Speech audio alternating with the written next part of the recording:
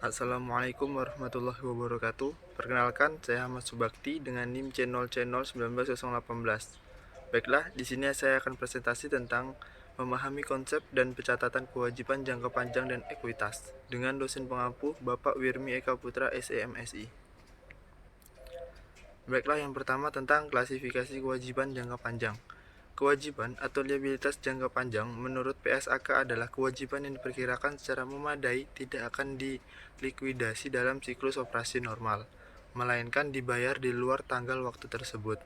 Menurut Pernyataan Standar Akuntansi Kewajiban atau PSAK nomor 9 dinyatakan bahwa perusahaan wajib menyajikan kewajibannya berdasarkan klasifikasi lancar dan tidak lancar pada waktu penyusunan laporan keuangan. Jenis-jenis kewajiban jangka panjang ada 3. Yang pertama adalah hutang obligasi. Yang kedua, wesel bayar jangka panjang. Yang ketiga, pelaporan dan analisis hutang jangka panjang. Selanjutnya, pencatatan PPh pasal 4 ayat 2 tentang utang obligasi. Yang pertama, objek pajak. Obligasi adalah surat utang dan surat utang negara yang berjangka waktu lebih dari 12 bulan atau 1 tahun. Yang kedua, tarif. Besarnya pajak penghasilan atau penghasilan yang diterima atau diperoleh wajib pajak berupa bunga obligasi, yaitu adalah bunga dari obligasi, diskonto dari obligasi, diskonto dari obligasi tanpa bunga.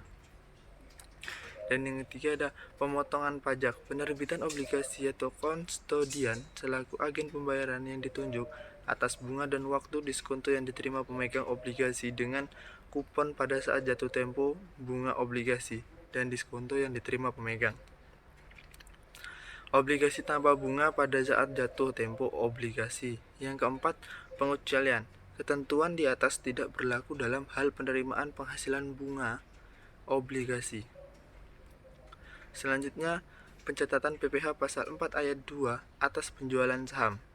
Yang pertama ada objek pajak atas penghasilan yang diterima dan diperoleh orang pribadi atau badan dari transaksi penjualan saham di Bursa Efek dipungut pajak penghasilan yang bersifat final. Yang kedua, besarnya pajak penghasilan adalah 0,1% atau 1/1000 dari jumlah bruto nilai transaksi penjualan. Yang ketiga, pemotong pajak. Penyelenggara Bursa Efek wajib memungut pajak penghasilan setiap transaksi penjualan saham di Bursa Efek. Tarif dan dasar pengenaan pajak saham.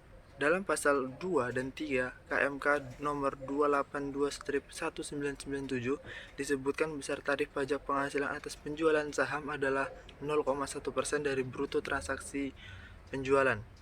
Pemotongan, penyetoran, dan pelaporan. Mengenai pajak penghasilan dilakukan secara pemotongan dan penyelenggaraan Bursa Efek melalui perantara pedagang dari efek pada saat pelunasan transaksi penjualan saham. Terima kasih. Mungkin ini hasil presentasi yang dapat saya sampaikan. Lebih kurangnya saya mohon maaf. Saya akhiri. Wassalamualaikum warahmatullahi wabarakatuh.